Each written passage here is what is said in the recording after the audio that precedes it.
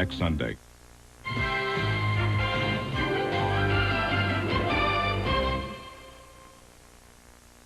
Thursday. One of us is working for the cops. I'm the guy that's going to take the fall. What does he do exactly? Notes from the underworld. He's been grabbed. Wise guy. Then. You killed Peter Hollister? Yes. She's lying. What prompted you to hit him? She killed Peter to protect me. Get hooked on Knots. It all starts Thursday at 9, 8 Central and Mountain. Amish country. A highway plan through the heart of their land could threaten their traditional way of life. The story tomorrow on the CBS Evening News with Dan Rather. This is CBS.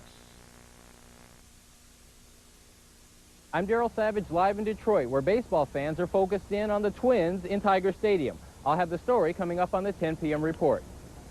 Also, we'll find out if the Twins are a step closer to the World Series. We'll take you behind the scenes of the big Twin Cities Marathon, which included more than 7,000 runners from all across the country. On the eve of Canterbury Downs' last race of the season, the money trouble continues.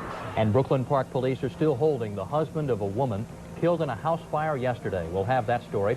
And the story of the battered Minnesota Vikings still suffering, even as talks break down to bring the regular players back to the field. Those stories and more coming up on the 10 p.m. report.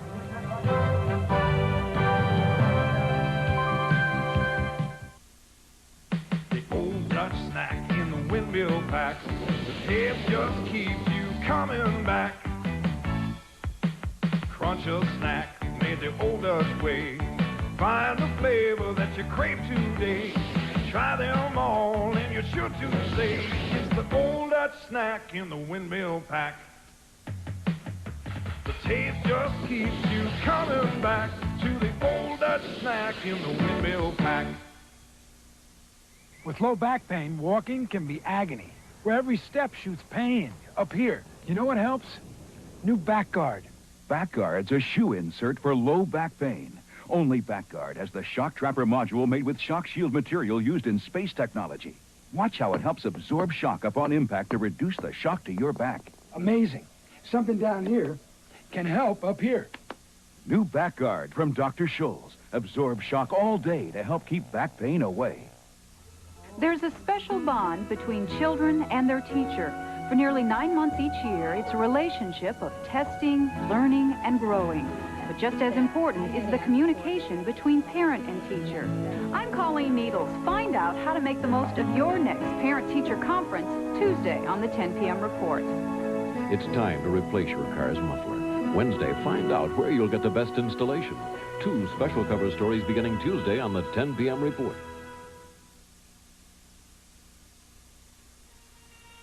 You are watching WCCO Television, Minneapolis, St. Paul.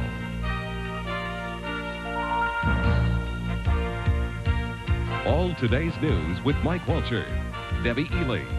Dr. Walt Lyons has weather. Tom Hanneman has sports. And now, this is the 10 p.m. report. The Twins may be far from home in a pit known as Tiger Stadium in Detroit, but fans all across our Twin Cities continue to cheer for Herbie, Kirby, the G-Man, and TK.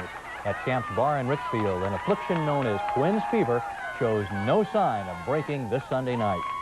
Good evening, everyone. The Minnesota Twins are not enjoying their dome field advantage tonight, but they are proving to be very tough competitors indeed. Once again, the Detroit Tigers jumped off to an early lead in Tiger Stadium, but our Twins managed to come back, and now in the 8th inning, it is 4-3 with the Twins leading. Daryl Savage is standing by live in Detroit with more on the mood of Game 4. Daryl? Debbie, we were about a block away, standing across the street from Tiger Stadium. You can see it behind us, but we're still close enough to hear the roar of every pitch, and those Tiger fans are loud right now. The story here actually is the temperature. It's great baseball, it's great football weather, but it's a little cool for baseball. It's in the high 30s, low 40s now, but still, that's a little bit warmer than the forecasters had predicted. But the baseball fans here aren't complaining, because after last night's victory, Tiger fans are hoping that they will get to the World Series, and they hope that last night's victory will spur them on. Rejuvenated Detroit fans poured into Tiger Stadium snarling. Today's newspapers said they were being shown up by the Minnesota fans, and Tiger rooters wanted to get even. I think you have good fans in Minneapolis. They don't know much about baseball, but you have good fans. It seemed like everyone brought their own set of insults. police made sure they didn't bring anything else by searching all the ticket holders as they entered. There were fewer empty seats than yesterday. The once overconfident fans now know they're in for a fight, and they have nothing but respect for the Twins players. Good hitting team. Well, I think they got a good team. They can do it. A powerful, just an overpowering team that can beat you to the bat. In the section with the Twins' wives, undercover security was on the lookout. Angry Detroit fans are getting tired of the sound of success.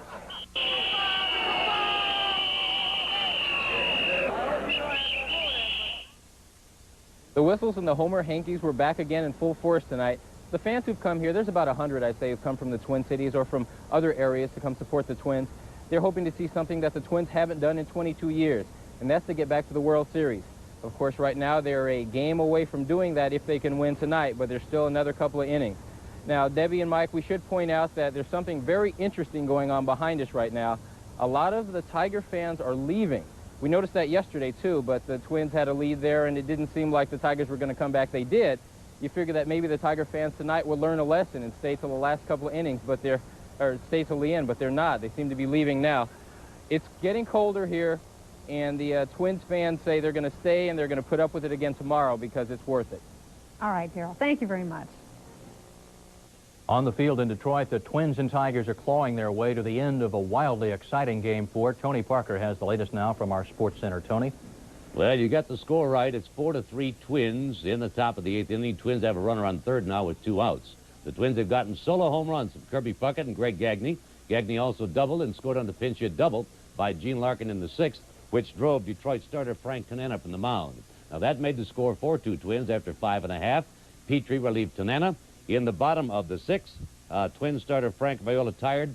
Keith Atherton came on in relief and gave up a run, bringing Berenguer in. Catcher Tim Laudner then made a great play. Picked off Darrell Evans off third base for the 2nd out. Berenguer then got Jim Morrison to fly out to blunt the rally. Now, it's all bad news for Viking fans. Now, it wasn't the real Vikings playing the real Bears in Chicago today, but it was a familiar scene. The substitute monsters of the Midway mugging the Viking substitute quarterback, Tony Adams. The Bears had 9 quarterback sacks today and took an easy decision by the final score of 27-7 in Soldier Field, which was host to about 32,000 Chicago fans. Now, the news wasn't any better at the negotiating table for the Vikings. Talks appear to have broken down, and no new time has been set to get back at the bargaining table. Now, if the owners hold to their pledge that strike games will count, the standings then show the Vikings at 2-2 and the Bears now at 4-0, so the Vikings will be hurt. Wednesday is the deadline for players to return to their teams if they want their checks next Sunday. The Vikings tell us they will stay out. The entire team will. Just at an update, it's 5-3 Twins in the 8th inning over the Tigers. All right, way to stay on top of it. Thank you very much, Tony. While the Twins and Vikings played on fields away from home today, hundreds of athletes came here. They took part in the 6th annual Twin Cities Marathon. Mike Strand tells us the race set several new records, including the coldest one with a temperature of 24 degrees. They're off. Over. The race is Right around race from 6,000. A human tide of nearly 7,000 runners flooded the streets of downtown Minneapolis this morning, all competing in a race where winning is simply finishing. By race time, the temperature had climbed only 6 degrees and remained below freezing. But for the runners, it was offset by a warm public reception. Throughout the 26-mile, 385-yard course, runners were encouraged with music and cheers. 250,000 spectators lined the streets and parkways, pushing friends and family members in pursuit of dreams and maybe part of a $200,000 purse. It's a lot of fun. I can't imagine doing it myself. I think I'm in awe of them all. Right. I think it's great. I saw somebody I didn't expect to see, who I went to high school with, and so it's really been fun.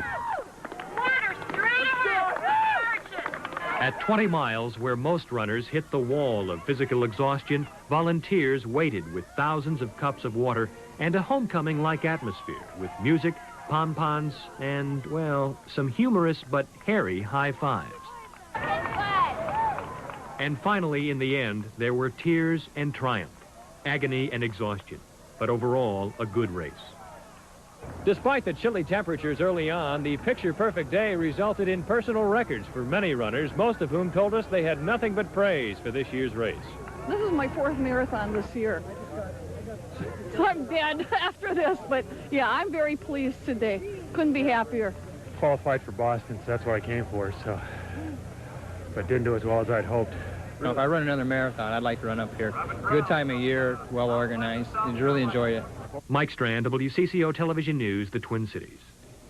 And the winners of the race, Marty Freilich of Colorado Springs took the men's division, Sylvie Bernet of France the women's title. Bernet set a new course record, and we'll have a complete wrap-up of that race after the 10 p.m. report. Horse racing officials say that a difficult season casts doubt on the future of the sport in this state. Canterbury Downs fan attendance and betting handles are down this year. Track officials blame the decline on a poor purse structure, and they see they need tax relief to improve competition. There's total free agency in horse racing. The horsemen are free to go wherever they want, whenever they want, and understandably they go where the purse structure is higher. Racing commissioners say horse racing deserves the same treatment given other troubled industries. The fact that Canterbury Downs and its auxiliary industries provide 6,000 new jobs in this state, it deserves every kind of break, every kind of support that the Chopsticks factory and Hevine and other things have had. There is one bright spot. Officials say that per capita wagering is up significantly from the 1985 season. A lion being walked through a flea market in Houston suddenly mauled an 8-year-old girl today. The child suffered a cracked skull and other injuries. The lion grabbed her head in its jaws. The girl is in critical condition after 6 hours of surgery. The lion was shot twice by a security guard and later destroyed. Tests are being run to determine whether the animal had rabies. The lion belonged to a man who operated a booth at the flea market. The owner was walking the lion through the market on a chain when the attack occurred. Charges are pending against the owner. 50,000 gays marched through the streets of Washington demanding more money for AIDS research and treatment. The march was led by AIDS patients in wheelchairs and wound past the Capitol and the White House. Gay activists carried balloons, signs, and banners urging federal laws to protect homosexuals. Many also took some measure of credit for the expected defeat of Supreme Court nominee Robert Bork. Coming up next, 14 Americans killed in a plane crash a long way from home. While authorities in suburban Brooklyn Park continue the investigation into a fire which left 2 people dead. Stay with us.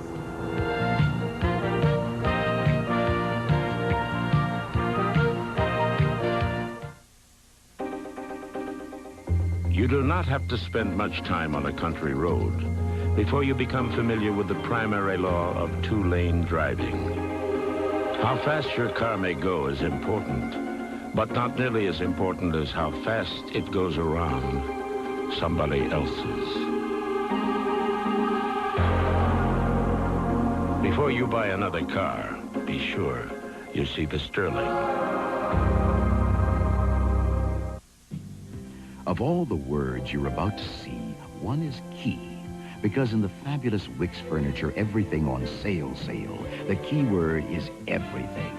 Every item is on sale at savings of 10 to 50%. Every bedroom, every dining room, every sofa, every chair, every table, every lamp, and no payments or finance charges till February 1988 with a Wicks charge. Wicks, surprisingly Wicks.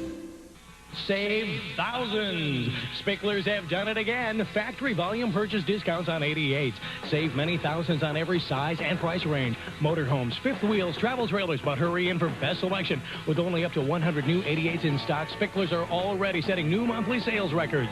Plus, a special purchase of 22 to 34-foot 87 travel trailers. Regularly 14 to 26,000 are now only 8 to 16,000. Spicklers, Eau Claire, Wisconsin. Camera, action! Hi, I'm here to tell you about our practically free checking. Excuse me, but First Minnesota money market checking is free with a low minimum balance. Plus, you're in high rates. Well, there's no interest on ours, actually. And you get a credit card with no annual fee. Oh, really? Mm-hmm. Free cash machine use. We have free parking. Free checks, too. And you can bank at over 50 offices. What's your bank again? First Minnesota. What's yours? First Minnesota, the new bank. A Burma Airways airliner crashed, killing all 49 people on board, including 14 Americans. The crash came a day after diplomatic sources reported increased protection of the U.S. Embassy in the capital of Rangoon. That stemmed from terrorist threats. The twin-engine plane crashed and burst into flames 280 miles north of Rangoon. It was the second fatal crash of a Burma Airways plane in the past 4 months. Tonight, Brooklyn Park police are still holding a man for murder following a house fire that killed the man's wife and an acquaintance. The Hennepin County Medical Examiner says the 38-year-old Sharon Sangren and 36-year-old Scott Judge died of smoke inhalation. Sangren's husband and another man escaped the fire, which apparently was set. Terry Sater reports. The question is, how did Sharon Sangren's Brooklyn Park home start on fire? If it was arson, who did it and why? Family and friends of Sangren say her husband had beaten her in the past. Tom Bauer is the suspect's attorney. If everyone who argued with their wife was a suspect in later murder, we'd have to build a lot more jails in this state. He says that he's shocked and dismayed that his wife's dead. He's in shock. He's grieving at this time. And he's bewildered by everything that's going on. He says he didn't do it. There was a small party at Sangren's home early yesterday morning. A friend of Sangren's, Bonnie Fisher, was there up until an hour before the flames ignited and says police have the wrong man. I don't think he did it. I really don't. When I left, Sharon was up, and this Scott was up, and Sharon's husband was in bed. Fisher says the other fire victim, Scott Judge, had made passes at Sharon Sangren that night, and she had rejected his advances.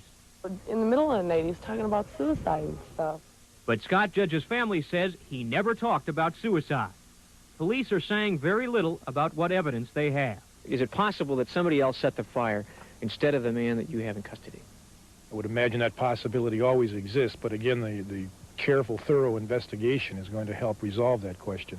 Police say they will charge the suspect with murder on Tuesday, but investigators still aren't saying what they think the suspect's motive was for killing Sangren and Judge. Terry Sater, WCCO Television News, Brooklyn Park.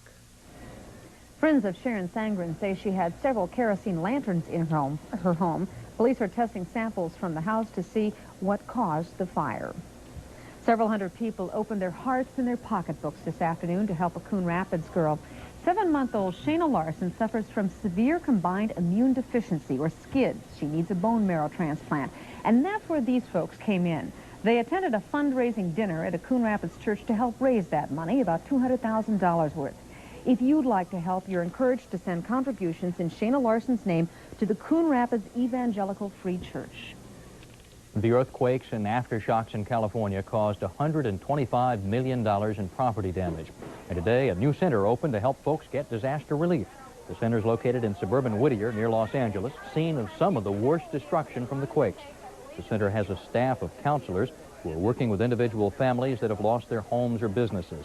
While that goes on, the wrecking ball is clearing severely damaged buildings throughout the Los Angeles area. The landscape of southern England is marked by counties named Kent, Sussex, and Wessex. But this Sunday night, it's also marked by floodwaters brought on by torrential rainfalls. Many local streets and highways have been blocked, and even more rain is predicted for that normally beautiful part of England. Shades of July 23rd, Isn't it, though? Yes. Reminiscent. I know about that, yes. Well, of course, if it happened tonight, it would freeze over there. But to drag out the old joke, tonight's going to be chilly tonight and not so hot tamale. Ooh, wasn't that awful?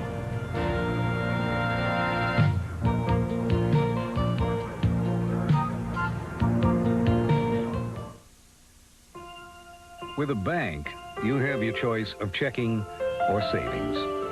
With a relationship at First Banks, you have your choice of checking, savings, mutual funds, tax-deferred annuities, government securities, the services of a complete discount brokerage, and someone to help you make the right choices. Why settle for a bank when you can have a banking relationship?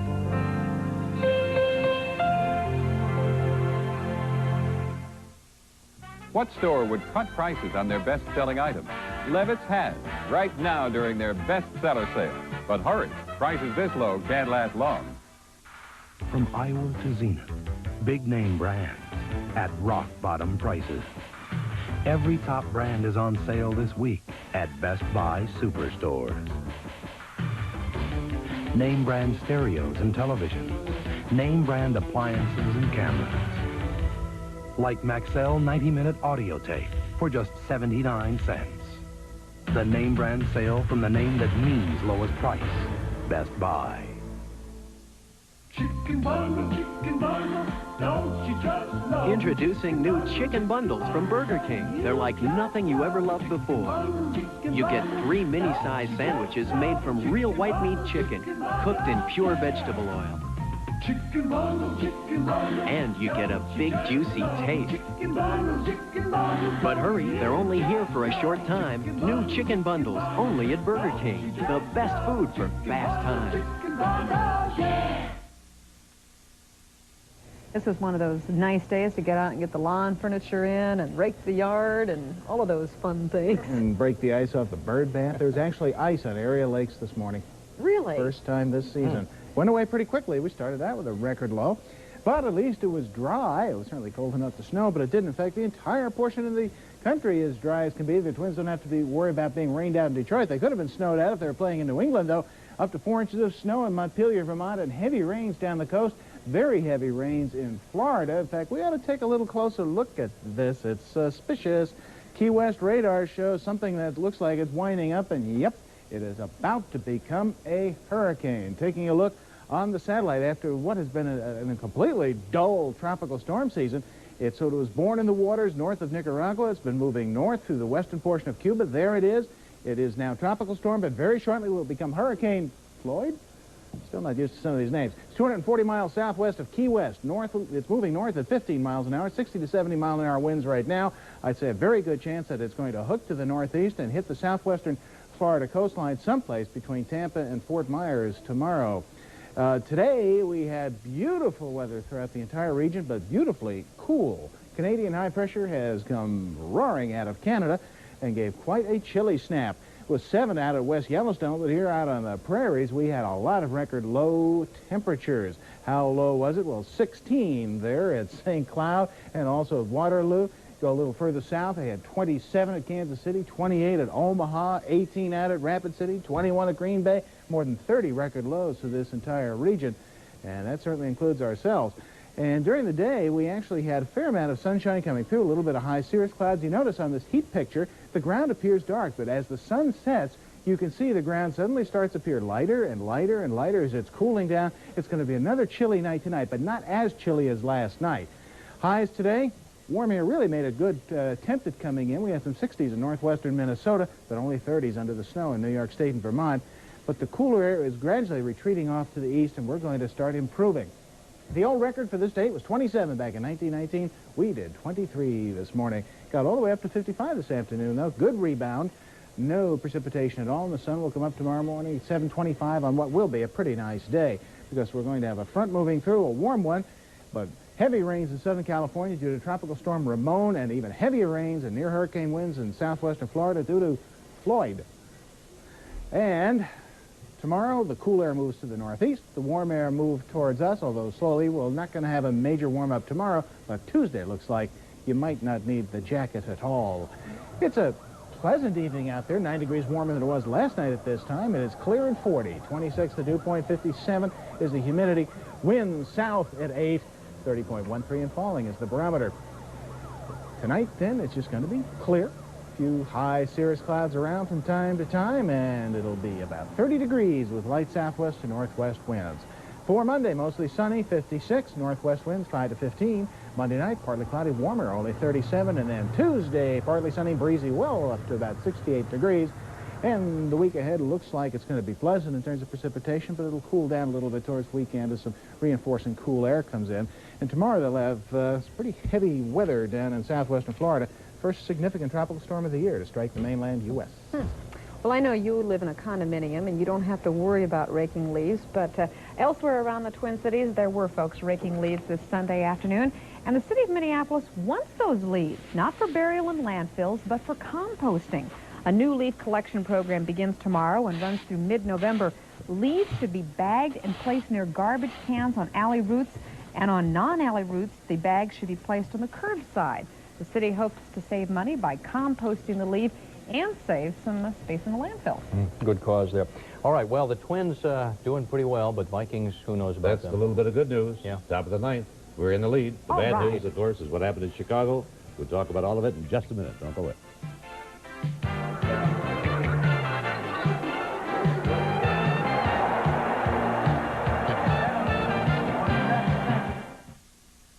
Imagine if they made omelets in heaven. In heaven, you could have a pizza omelet, a seafood omelet, or a spinach and mushroom omelet. And you'd get your choice of a fresh-baked muffin or pancakes. You don't have to go to heaven to get a meal this good. Just go to Perkins. Tummy heaven. It's time to take a preview look. And you've got a premier seat waiting. At your Toyota dealer for all the new 88s. From where I sit, they're better than ever. Like the new Corolla, Toyota's all-time bestseller has 3 hot new styles with new power, new performance. Or the Tercel, the lowest-priced Toyota, is better than ever in 88. This critic says rave reviews. All new excitement, all new special premier deals. It all starts at your Toyota dealer, where previews only happen once a year. With my temporary job as bookkeeper, I can be a full-time mom. With my temporary job as systems analyst, I make money while I look for a permanent job. As a temporary accountant, I do what I want full-time. I work or I play. Who makes it possible? Accountants. If you're an experienced accountant, bookkeeper, or data processor and would like to work only when you want to, call accountants. Call office nearest you. There's a special bond between children and their teacher. For nearly 9 months each year, it's a relationship of testing, learning, and growing. But just as important is the communication between parent and teacher. I'm Colleen Needles. Find out how to make the most of your next parent-teacher conference Tuesday on the 10 p.m. report. It's time to replace your car's muffler. Wednesday, find out where you'll get the best installation. 2 special cover stories beginning Tuesday on the 10 p.m. report. Our sources here tell us that there's 1 man on first, ninth inning, top of the ninth, 2 outs, and it's still the Twins leading, right? You got a little person telling you that right in your little ear, huh? Okay. At any rate, the Twins are doing their very best to shake the label as losers on the road in Game 4 of the American League Playoff Series tonight in Detroit. As Debbie just told us, it's the Twins 5, the Tigers 3, top of the ninth, 2 out for the Twins. Frank Viola started, was taken out in the 6th. Puckett and Gagne have homered. Gaetti, Larkin, Lombardozzi have docked in runs for the Twins. Frank Tanana started for the Tigers until the 6th inning. He was relieved by Dan Petrie, who's still in there. Another great game in this series. The Twins could be 1 game away from the World Series. The American League Championship Series will continue tomorrow afternoon in Detroit. The first pitch at 2:07, and we probably won't know the starters until we know the results of tonight's game. Now, the National League playoffs are going back to St. Louis, with the Giants leading there 3-2. The Giants rallied for their 2nd straight win, 6-3, to take a 1-game lead. The Cardinals held on and rallied with, Rick Russell, a lead that was short-lived, though. Russell boosts the throw at first base, allowing Terry Pendleton to score from third. That gave the Cardinals a 3-2 lead in the 4th. From there on out, it was time, though, for the Giants to have a ball with the Cardinals. Debris flying all over Candlestick Park. Jose Uribe opened it up in the bottom of the 4th inning. Uribe lined a single to right that scored 2 Giants. San Francisco scored 4 in the inning, and that was more than they would need. Joe Price was brilliant in relief. Price pitched 5 scoreless innings, allowed just 1 hit, and struck out 6. The Giants are now just 1 win from the World Series. We couldn't afford to go in there down a game, and they've got a team built for their stadium, and it makes it a little easier. Hopefully we can end this thing Tuesday night. Okay, striking Chicago Bears went to work today, outside of Soldier Field, where the Bears and Vikings replacement squads played. The Bears held a brief rally, then turned their picket line into an autograph line, a very long autograph line. The Bears asked their supporters not to harass the fans who wanted to get inside. As a result, 32,000 people kind of half-filled Soldier Field. Did they get their money's worth? Well, who knows? They did see the replacement Bears beat the Vikings 27-7. Mike Hohensee has been a journeyman quarterback since leaving the U of M. He hooked up with Glenn Kozlowski there for an 11-yard touchdown. The word is that Hohensee may stay on with the Bears as the number 3 quarterback when and if the strike ends. 9 sacks registered by the Chicago defense today. Jim Althoff roughs up Tony Adams there. The Vikings had just 151 yards worth of total offense. The only highlight came is when Adams hit James Brim for an 11-yard scoring strike. Now, Brim has been a bright spot for the past couple of weeks. Bruce Piquet put it away for the Bears, though. As we take a look, he intercepted the Larry Miller pass and went 21 yards for an easy touchdown. The Bears remain unbeaten The Vikings strike squad has turned to a 2-0 record into a record of 2-2. We started as far as selecting our talent for our replacement team, and I just think you don't have to be a genius to look out there in the field and see that they've got better players across the board, almost at every position than we have. Well, Jerry, looks like he could use some help, but is there help on the horizon? Well, some of our sources say that some of the Vikings may cross the picket line before Wednesday's deadline to get a check next Sunday. However, assistant player rep Greg Coleman says the squad will remain united, possibly for a long time to come. After all, those talks broke off again today at Washington. Well, the circus moved from the bargaining table to the gridiron today, and as we see, a Kansas City fumble here turns into a 52-yard touchdown play for the Miami Dolphins. Miami breezed to a 42-0 victory in that one. In the Meadowlands today, the defending Super Bowl champions fell to 0-4, and if we had the tape going, we would see a touchdown here of 65 yards. Attendance there just 8,600. The final score was 38-12 Washington. Now, amidst 40,000 boos today, Danny White handed off to a fellow strikebreaker, Tony Dorsett, and the Cowboys went on to win it 41-22 in Texas Stadium. And New England wound up with a winner today over Buffalo with a score of 14-7. Let's take a look now at the other scores in the National Football League. Detroit beat Green Bay 19-6 in overtime. It was San Diego beating Tampa Bay 17-13. St. Louis got by New Orleans today. San Francisco beat Atlanta. It was the Rams topping Pittsburgh by 10. Houston beat Cleveland by 5. Indianapolis sneaked by the Jets, and Cincinnati beat Seattle by the score of 17-10. Well, it was a beautiful Sunday morning to stay under a warm blanket, wasn't it? However, about 7,000 runners braved the chilly 24 degrees to run the 6th annual Twin Cities Marathon. Now, host runners were dressed for comfort and not for the speed, which they started out in a 26-mile jaunt at 8 this morning from downtown Minneapolis. The first racer to reach the finish line at the state capitol was Marty Freilich. The 29-year-old from Colorado Springs ran a 2:10:59. Meanwhile, a record was set in the women's division. It's Sylvain Bornet of France who was magnifique. The 27-year-old covered 26 miles in 2:30:11, about 2.5 minutes better than the old mark. Now, more highlights and features coming up in just a few minutes on our Twin Cities Marathon special with Tom Hanneman and Pat Miles. All right, let's hope the Twins can or even this.